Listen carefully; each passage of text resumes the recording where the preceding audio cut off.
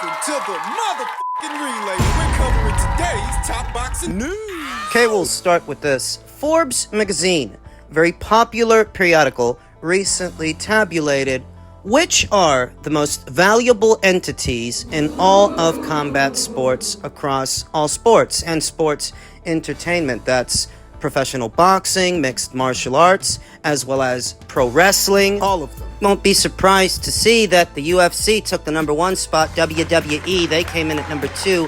AEW, their competitor, came in at number 3. One Championship, that kickboxing federation, they came in at number 4. And our very own beloved Matchroom Boxing, they came in at number 5. So that's basically saying that Matchroom Boxing is in fact the number 1 promotional outfit in all of boxing. In all of combat sports, they come in at number 5. But as far as boxing, they're number 1. These estimations are based on the previous calendar year, published this year. They're based on their earnings from last year. You may be thinking to yourself, how could that be? In the previous year, the PBC put on the biggest shows. Last year, didn't they? They put on Davis versus Garcia and Spence versus Crawford. They even put on one Canelo fight. Canelo versus Charlo. Where were they? Well, specific to boxing and the promotional outfits within it, the bigger ones, Matchroom came in at number 1. Top Rank came in behind them at number 2. The PBC came in at number 3. And Golden Boy Promotions, they came in at number 4.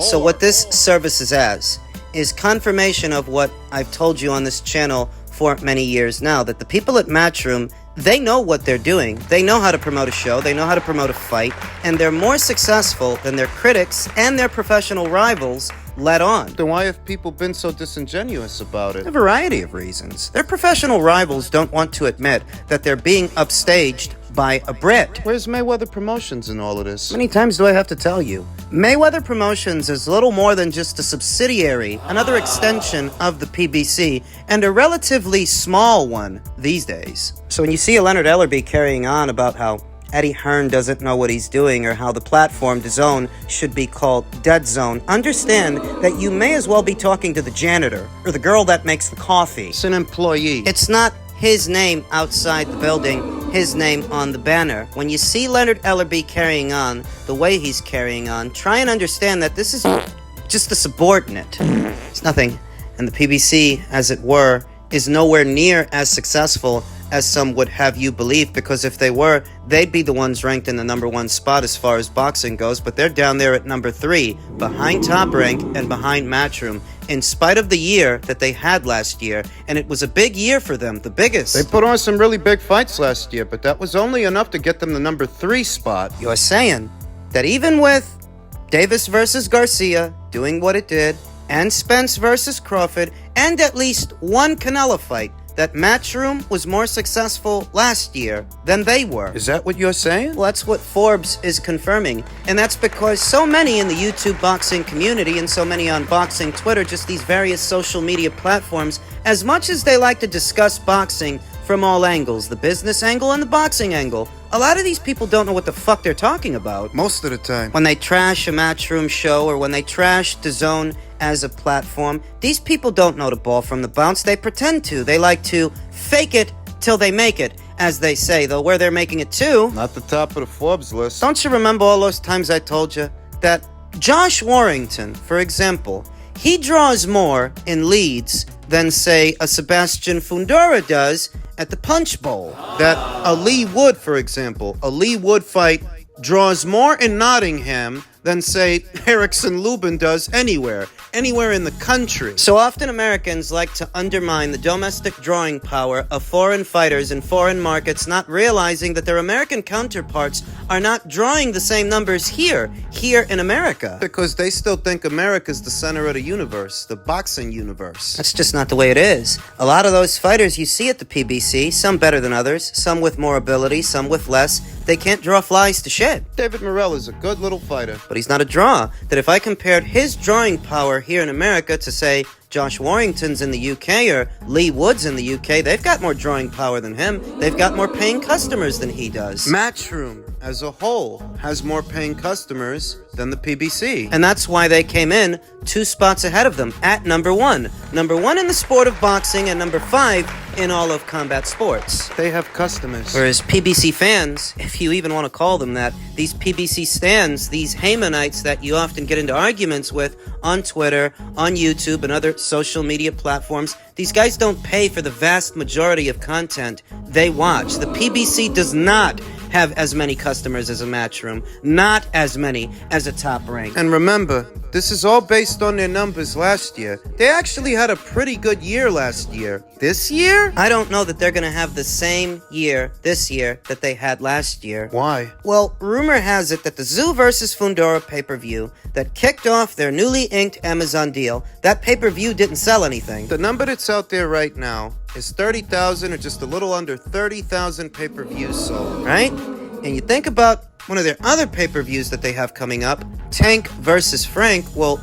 Tank versus Frank is not gonna do what Tank versus Garcia did. It's not. Tank ain't bringing in 1 million or 500,000 pay-per-view buys with that Frank Martin fight. Forget it. They might do all right with Canelo versus Munguia. That could bring in robust numbers, and perhaps if Canelo stays with them afterwards, maybe they can do at least one more big show. One more. What about David Benavidez? Well, he's not headlining.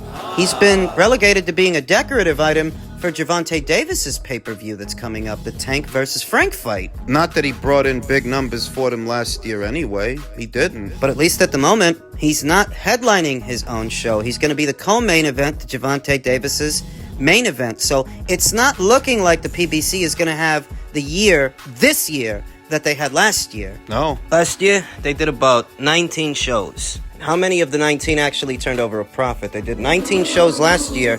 If they're lucky, they'll do 12 this year. And so far, 4 months into the year, they've only done one. none this month, and we won't see another until next month. The Canelo fight, Canelo versus Munguia. What you really need to ask yourself is, with the year that they had last year, Spence versus Crawford, Canelo versus Charlo, Right. Davis versus Garcia, how could Top Rank still come in ahead of them? Top Rank didn't have a very big year last year, and yet they still came in ahead of the PBC. How is that possible? Strategy. In a sentence, they know how to do business, and the PBC don't.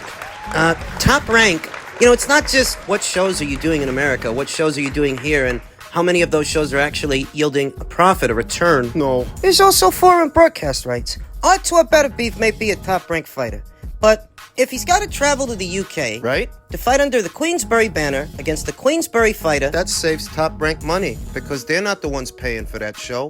Queensbury's paying for that show. when you air an Naoya Inoue fight here in America that's happening in Japan, once again, that saves Top Rank money because they're not the ones shelling out the cash for that show. Ohashi's paying for that show. Now, you could argue that the PBC had a similar situation with Tim Kazoo and what fights he was having in his native Australia, but it seems like they didn't catch on fast enough. Because Top Rank's been doing that for years, whereas the PBC more or less just started doing that with Tim Zhu. That was just last year. The bottom line is that Top Rank still managed to come ahead of the PBC because they've got a better business strategy. The same applies to Matchroom. Much to the chagrin of many a Haymanite, the PBC don't run boxing. No, they don't generate the most revenue in the sport. Far from it. It's not what some content creators would have you believe. What did I tell you about those guys? They make their money grifting by lying to people. They don't know what the fuck they're talking about. Elsewhere in the world of boxing, confirmation of a story I told you about a few days ago, Terence Crawford versus Israel Madrimov is heading to Los Angeles. A strange sight for the fight given that it's being backed by the Saudis, but it's my understanding that this is their effort to branch out. Initial conversations have taken place to stage a World Boxing Association junior middleweight title fight between champion Israel Madrimov and unbeaten 3-division champion Terence Crawford August 3rd at the Los Angeles Memorial Coliseum, boxing scene has learned. The card would mark the first American foray by Saudi Arabia's Turki Al-Sheikh, the chairman of the kingdom's General Entertainment Authority, who has staged several major cards in Riyadh, Saudi Arabia. Eddie Hearns' Matchroom Boxing would handle promotion, according to an individual who spoke to Boxing Scene on the condition of anonymity because the deal is not finalized. I told you about this 12 days ago. On Wednesday, Turki Al-Sheikh posted a photo on X of Crawford standing in the ring with multiple championship belts, to which the fighter responded with an emoji of curiosity and interested expressions. The main event would mark Crawford's attempt to capture a belt in a fourth weight class after previously standing as both undisputed welterweight and 140-pound king. Uzbekistan's Madrimov captured the WBA belt on March 8th in Riyadh, defeating Magomed Kurbanov by 5th round TKO. Madrimov, 29, trains in Indio, California, a 2-hour drive east of the famed Coliseum, which has hosted the 1932 and 1984 Summer Olympics. Al-Sheikh, who is prepared to stage the undisputed heavyweight title fight between Tyson Fury and Alexander Usyk on May 18th, and the undisputed light heavyweight championship fight between Artur Beterbiev and Dmitry Bivol in Riyadh on June 1st, has shown interest in producing stacked cards. The effort is first focused on getting Crawford and Madrimov finalized, but given the historic location, the supporting fights should be talent littered. Because Matchroom is at the helm of promotion,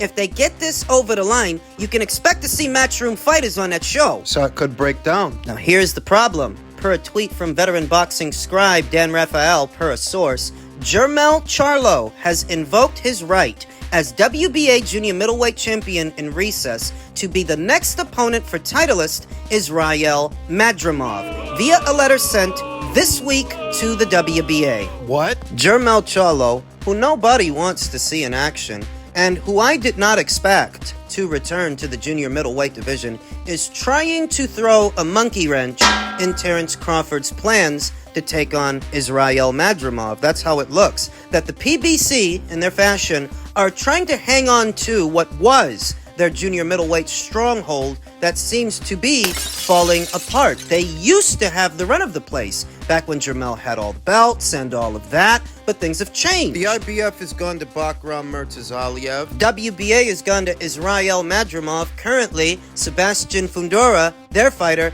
he's got the WBC and WBO titles, but he won't be fighting until much later on this year. Should we be worried? These negotiations between Terence Crawford and Israel Madrimov have already started, whereas a set of negotiations between that same Israel and Jermell would reset the entire process. And I don't know that the WBA is going to go for that, given that Charlo versus Madrimov is not a big money fight, and it wouldn't have big Saudi money behind it like the Crawford fight would. That's the first thing. The second thing is that Israel Madrimov is a Matchroom fighter, a Matchroom champion. If what Jermell wants to do is corner a fight with him as his mandatory challenger, a purse bid situation could ensue. How so? I mean, this is if it even gets that far. It might not. But supposing it did, well, if they don't reach a deal, it goes to a purse bid. Just hypothetically speaking. Because this may not even get that far. Supposing that Israel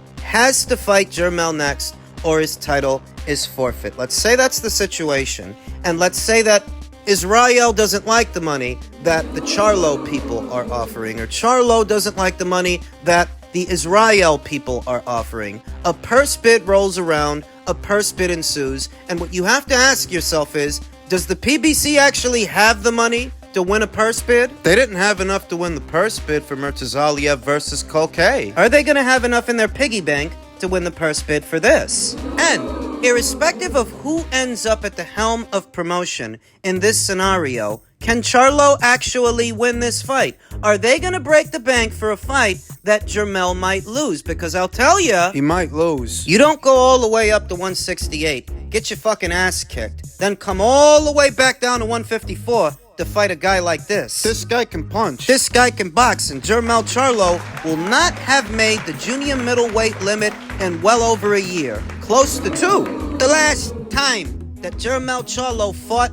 at 154 pounds was in May of 2022. May of 2024 is right around the corner. That would make 2 years since he's made that weight. You don't just decide to suddenly drop back down after that amount of time for a guy like this. Telling you. The worst thing that could happen to Jermel is he actually gets his Rael in the ring, whether it's a Matchroom promotion or a PBC promotion. The worst thing that could happen to him is he actually gets the fight, because I'm telling you now, he loses. Then why is he going after this? Well, he may be invoking his WBA status as a champion in recess, not because he's looking for a fight, but because he's looking for step-aside money. For Jermel, it would be a way for him to make some extra cash on the side without him ever having to throw a punch. Just pay him to step aside so that you can move forward with your fight with Crawford on the condition that he gets the winner. I don't even know if he really wants the winner or if he just wants the step-aside money. But that could be what this is. This could all just be Jermel trying to get them to pay him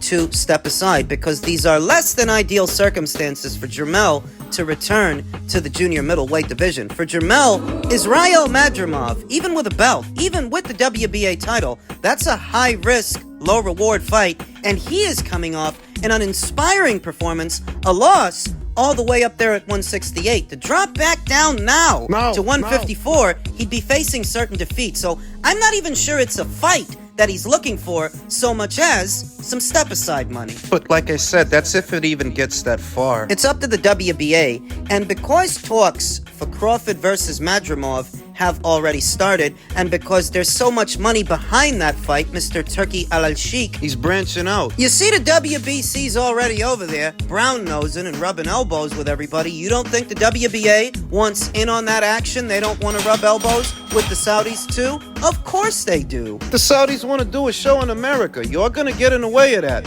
For Jermel Charlo. Who fast became a social pariah after the uninspiring performance he put on, after finally landing that Canelo Alvarez fight, after asking for it for all those years. Look at what he showed us. You're gonna put this fight in jeopardy for that guy? I'm not too worried. I'm really not.